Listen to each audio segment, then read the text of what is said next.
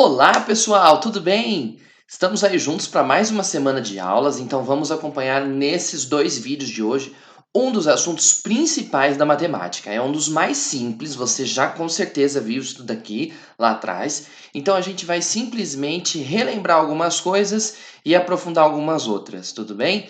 Ah, importante, sem esse assunto você não resolve nada em química, você já deve ter ouvido falar isso. Hoje a gente vai falar sobre regra de três. Para a gente poder falar de regra de três, eu trouxe aqui alguns lembretes da semana passada. Veja só. A gente falou semana passada que, dados dois números quaisquer, a razão entre eles corresponde à fração A sobre B, na ordem que eles forem, que vier a informação do enunciado, né? Da situação que você tiver por ali.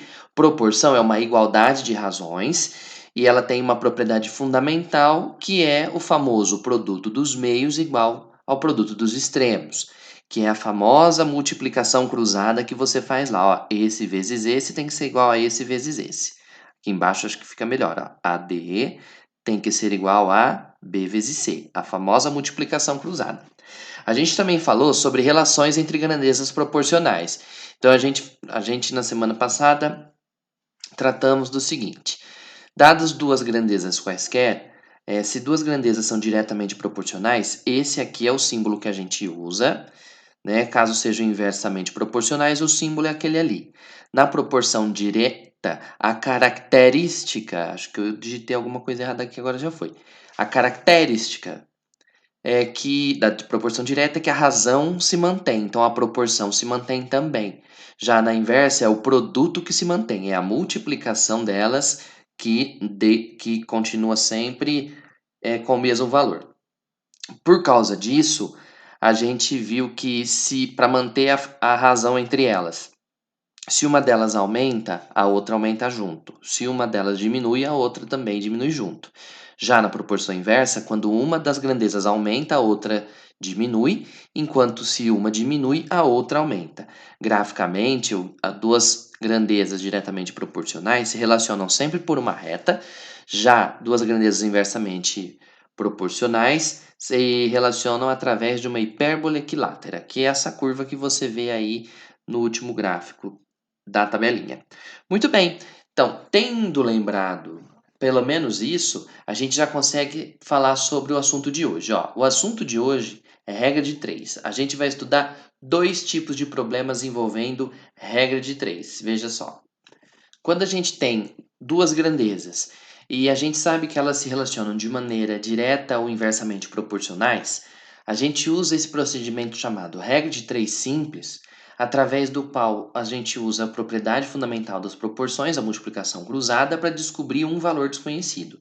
Então, na regra de três simples, ela sempre é estabelecida entre duas grandezas que podem ser diretamente ou inversamente proporcionais, né? Montou a regrinha com três valores, você descobre o quarto usando essa propriedade. Atenção, turma, para resolver regra de três simples, ela ainda pode ser direta se as grandezas forem diretamente proporcionais, ou regra de três simples inversa se as grandezas forem inversamente proporcionais. Existem várias maneiras de resolver problemas de regra de três simples e composta. Eu gostaria que você percebesse a maneira como eu vou resolver. Regra de três simples, desculpem. Eu gostaria que você prestasse bem atenção daqui a pouco quando a gente resolver juntos, quando você ver a resolução, para que você conseguisse entender o que é regra de três composta. Afinal, regra de três composta é um assunto que muita gente tem dificuldade. Regra de três composta é mais ou menos a mesma coisa, só que envolvendo três ou mais grandezas. Nesse caso, o que a gente faz é o seguinte: a gente fixa uma delas e compara todas as outras para ver se elas são diretamente ou proporcionais com aquelas que a gente fixou. E a partir daí a gente faz mais ou menos o que nós fazíamos com a regrinha de três simples, como você vai ver daqui a pouco, para resolver. Muito bem, vamos começar então resolvendo o exercício 1, lá da página 177. Ó. A palavra-chave para resolver exercícios com grandezas proporcionais, na verdade, não é uma palavra-chave, são algumas ideias. Primeiro, você precisa de organizar os dados do problema. Então, leia, organize os dados, monte uma tabelinha e pronto. Depois que você montar essa tabelinha, você vai ter que pensar nas duas grandezas que você tem nas mãos qual que é o tipo de relação que há entre elas. Se é uma relação direta ou se é uma relação inversa. Feito isso, aí você vai resolver se for relação direta de uma certa maneira, se a relação for inversa de uma outra maneira. Feito isso, terminou o problema. Então você tem que ler, interpretar, organizar, decidir se é direta ou inversa e fazer a conta correspondente dependendo da proporção que você definiu. Ah, e definir se a proporção é direta ou inversa vai da sua experiência de vida. Ninguém vai te explicar, por exemplo, que quanto mais luzes acesas no ambiente, maior a luminosidade dele. Isso é uma coisa que já tem que vir de você. Agora, ninguém vai, por exemplo, também te explicar que se você tem mais pessoas para terminar um serviço, trabalhando juntas para terminar um serviço, o serviço fica pronto de maneira mais rápida, o tempo diminui, né? Quanto mais pessoas trabalhando juntas, menor é o tempo necessário para elas terminarem o serviço. Esse tipo de relação você tem que trazer do seu coração. Olha que poético. Isso tem que vir de dentro de você, né? Que é aquela parte que eu te falei da interpretação. Vamos juntos então começar com esse, ó. Uma receita de bolo leva 8 ovos e 6 xícaras de açúcar. Se quisermos fazer a mesma receita com apenas 3 ovos, a quantidade correta de açúcar será. Muito bem, aqui a gente está falando de duas grandezas: ovos e açúcar. A primeira informação do problema diz assim: uma receita leva 8 ovos para cada 6 xícaras de açúcar. Então, são 8 unidades de ovos a cada 6 xícaras de açúcar. Se a gente quiser fazer a mesma receita com apenas 3 ovos, então a pergunta do exercício fala assim: se a gente usar 3 unidades de ovos, qual que é a quantidade correta de açúcar? Vamos colocar X para a quantidade correta de açúcar. Muito bem, esse é o momento em que você vai ter que comparar aqui, ó, ovos e açúcar. Gente, não sei se você já teve, especialmente nessa pandemia, que tá uma mania aí de fazer pão em casa, não sei se você já teve a oportunidade de cozinhar, de fazer um bolo. Mas pensa, para você fazer, observa o que o próprio exercício disse, ó, ele quer fazer a mesma receita, só que com um pouco menos de ingredientes. Veja só, se a gente está usando menos ovos, para que a receita seja a mesma, a gente precisa de usar não a mesma quantidade de açúcar e nem mais açúcar. A gente tem que manter, se a gente diminuiu a quantidade de ovos, é necessário diminuir a quantidade de açúcar também, ok? Então, isso daqui significa, isso é aquilo que eu te falei, que tem que vir by your heart. Olha que chique, by your heart. Tem que vir do seu coração. Eu acho que é assim que se fala em inglês, não lembro agora. Preciso te pedir ajuda do professor Elder. Olha o cachorro, pessoal. Conclusão, a gente chega bom, conclusão. A gente chega à seguinte conclusão, né, gente? Se a gente diminuir a quantidade de ovos, é preciso diminuir a quantidade de açúcar também. Porque se você manter a quantidade de açúcar com menos ovos na receita, a receita vai ficar mais doce, não vai ser a mesma, entendeu? Isso significa que essas duas grandezas, a gente anota assim, ó. As grandezas ovos e açúcar são grandezas diretamente proporcionais. Grandezas diretamente proporcionais. Afinal, quando uma delas aumenta, a outra tem que aumentar junto. E como você vê aqui na tabela, se uma delas diminui, a outra diminui junto. Agora, veja a dica do podozinho. Se as grandezas são diretamente proporcionais, a proporção está diretamente explícita, na sua cara. 8 ovos estão para 6 xícaras de açúcar, assim como 3 unidades de ovos estão para X xícaras de açúcar. Se você não quiser, se você quiser, você já pode fazer a proporção direta. Ou então você vem aqui e escreve ela de novo, ó. 8 está para 3, assim como 6 está para X. E pronto. Então entenda a dica. Se as grandezas são diretamente proporcionais, você copia a proporção diretamente como está lá. Agora a gente usa a propriedade fundamental das proporções e multiplica aqui na ordem cruzada. Ó. Na cruzadinha, 8 vezes x, 8x são iguais a 3 vezes 6, 18. Então, o número x de xícaras de açúcar é 18 dividido por 8. Agora vamos fazer uma conta rápida? 18 dividido por 8 vai dar 18 por 8 são 2. 2 vezes 8 é 16. Para 18 faltam 2. Bota uma vírgula, acrescenta um zero. 20 por 8 dá 4. Não dá não, professor, dá 2. Porque aí de 16 o resto que é 4. Acrescenta um zero, pois a vírgula já foi acrescentada. 40 dividido por 8 dá 5. Então, a gente fica com 2x. O número de xícaras é 2,25 xícaras. 2,25 xícaras, olha nas alternativas do problema. Não são 3 xícaras, então a letra A está descartada. Não são 2 xícaras inteiras, são um pouco mais que 2 xícaras, descartada. 2,25 não são 2 xícaras e meia, senão seria 2,5. Descartada a letra C. Aí sobra 2 xícaras e 1/3 ou 2 xícaras e 1/4. De fato, turma, 1/3 é 1 dividido por 3. Se você se lembrar, é uma dízima periódica, 0,3333, que não é o caso desse exercício.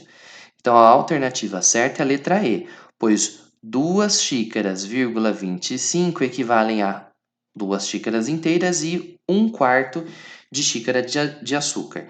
De fato, 2,25 são, vou fazer aqui na mesma linha, são 2 inteiros mais 0,25. 2 inteiros mais 0,25, que é 25 por 100, em fração. Simplificando, 2 e 1/4. Se você dividir por 25, em cima e embaixo. Beleza? Vamos para o próximo, então. Exercício número 2, ainda nessa página. Semanalmente, o apresentador de um programa televisivo reparte a mesma quantia de dinheiro igualmente entre os vencedores de um concurso. Na semana passada, cada um dos 15 vencedores recebeu R$ 720. Nesta semana, houve 24 vencedores, portanto, a quantia recebida por cada um deles em reais foi.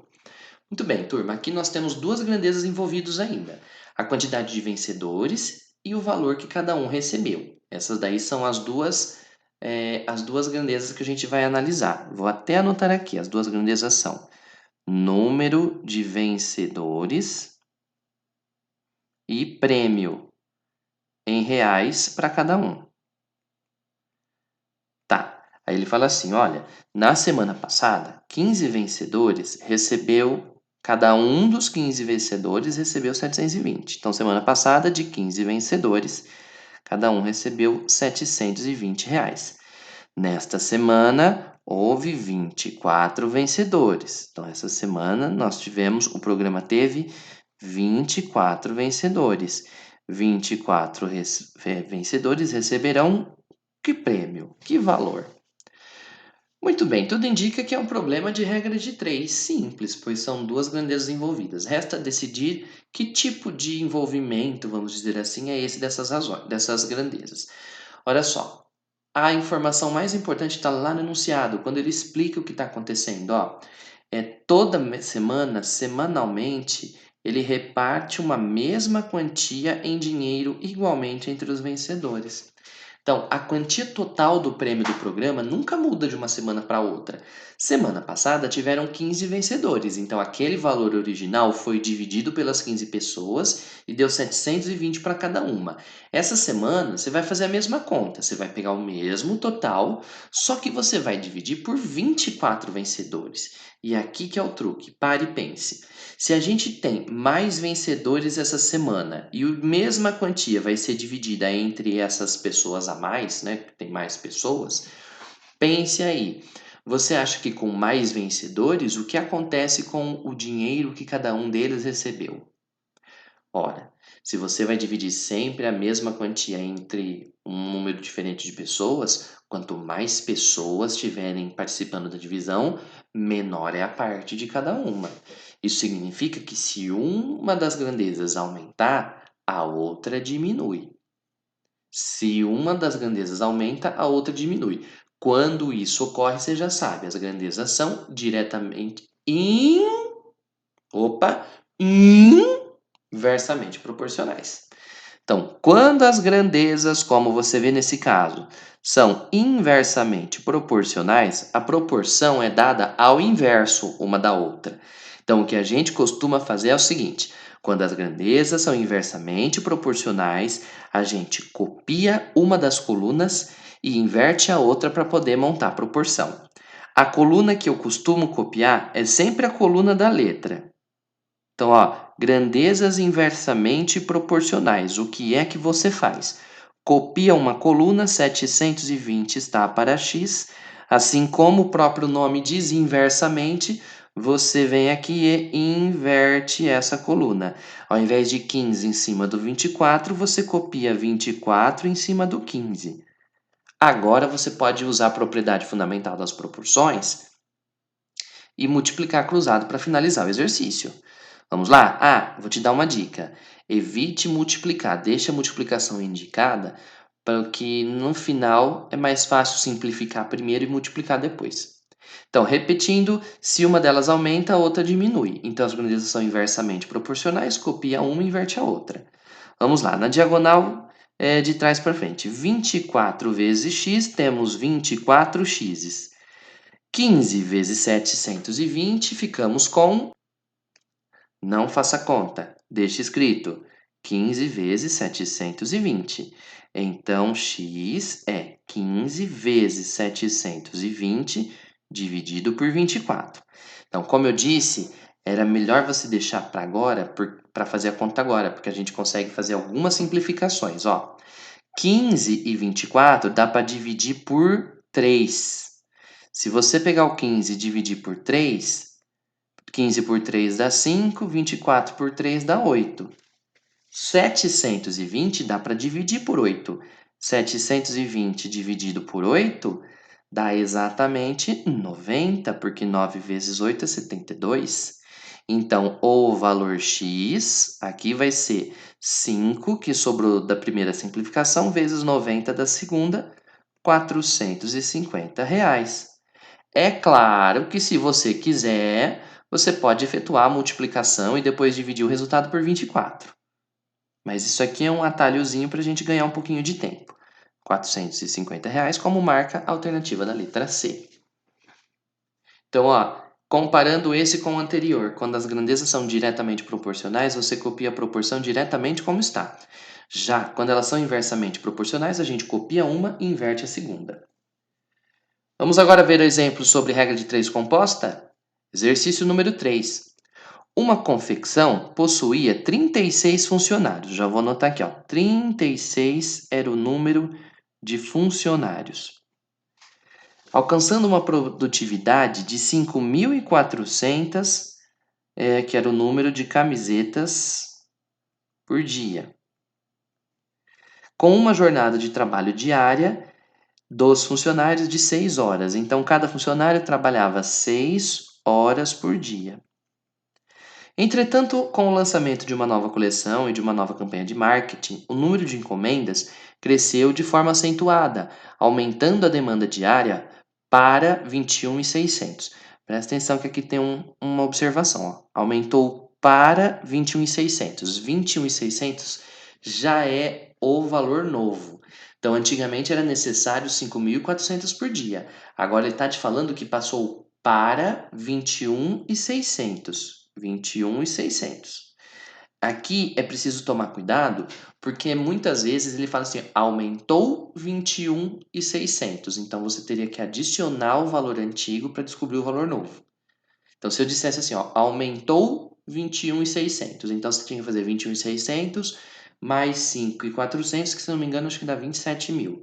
Se eu não tiver com a cabeça ruim aqui para fazer conta. Mas como ele falou, aumentou para, esse daí já é o valor novo. The new normal, né? O valor novo aí, 21.600. Buscando atender essa empresa, essa nova demanda, a empresa aumentou o quadro de novo para 96. Então, tinha 36 funcionários, agora tem 96. Aumentou para, já é 96. Se fosse só aumentou 96, aí teria que adicionar. Ainda assim, a carga horária de trabalho necessita ser ajustada. Então, a gente ainda precisa descobrir quantas horas por dia eles precisam de trabalhar. E é exatamente essa pergunta, ó. Qual deve ser a nova jornada de trabalho diária dos funcionários para que a empresa consiga atender a demanda? Vamos lá? Isso daqui é um clássico exemplo de regra de 3 composta. O que a gente faz é o seguinte, tem mais de duas grandezas. Então, para poder resolver, a gente faz assim. A gente identifica uma das colunas.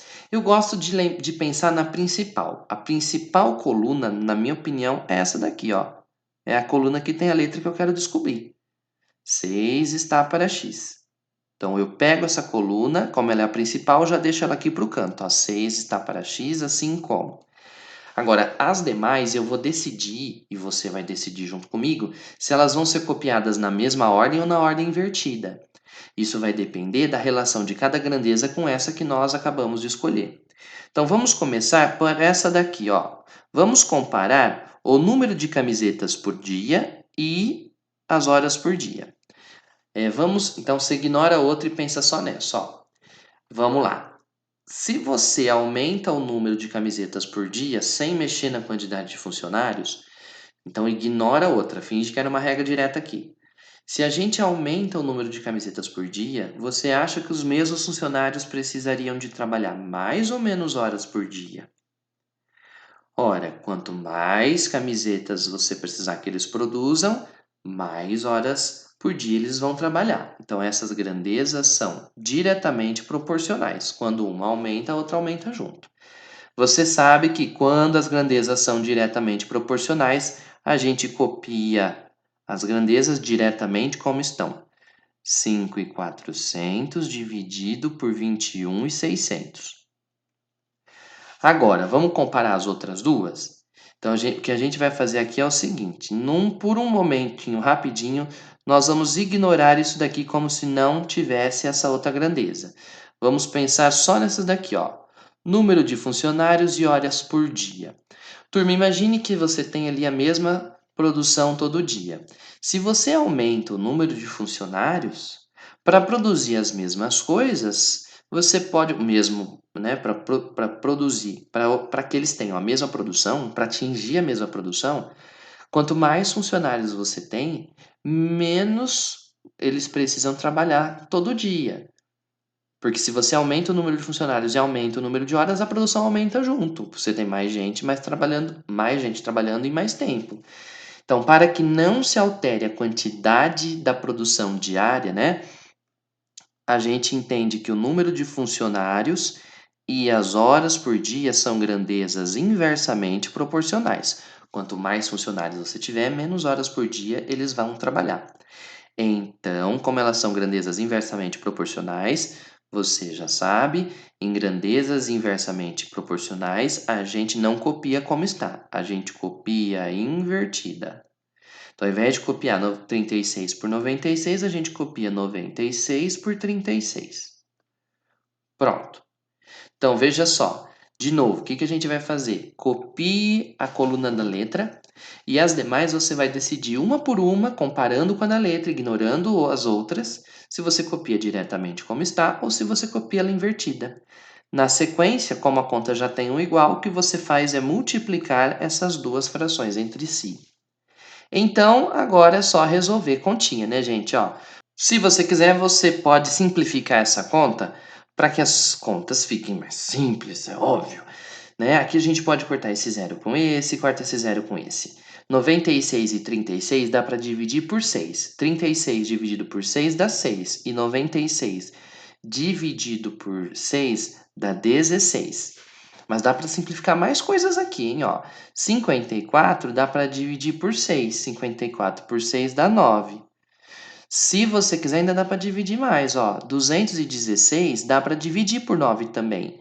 216 dividido por 9 vai dar 21 dividido por 9 dá 2, sobram 3, 24. E se você quiser, você ainda pode simplificar mais, mas acho que já tá bom assim. Então a gente fica com 6 está para x, assim como lá em cima só sobrou o 16, aqui embaixo só sobrou o 24. Ah, dá para simplificar mais, gente. 16 e 24 vai por 4. 16 por 4 dá 4. 24 por 4 dá 6. Então, a gente fica com 4, agora reescrevendo, né? 6 está para x, assim como 4 está para 6. Multiplicando cruzado, 4 vezes x, 4x. Iguais a 6 vezes 6, 36. Então, x é igual a 36 dividido por 4, 9 horas por dia. Então a nova carga horária de trabalho é de 9 horas por dia, como marca a letra C. Então, a nova jornada de trabalho é de 9 dias, como marca a letra C.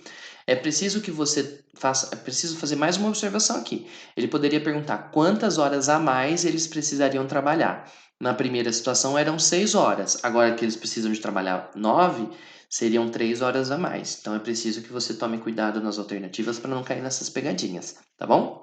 Olha, o exercício número 4 nós vamos resolver daqui a pouco. No segundo vídeo de hoje, além do 4, eu vou resolver outros que eu selecionei da tarefa para você acompanhar, tá bom? E a tarefa é todos os da tarefa mínima. Se você quiser, já faça agora os da tarefa mínima, depois você vê a resolução do 4 de sala e dos exercícios da tarefa mínima que eu resolvi. Até a próxima, até o próximo vídeo. Tchau!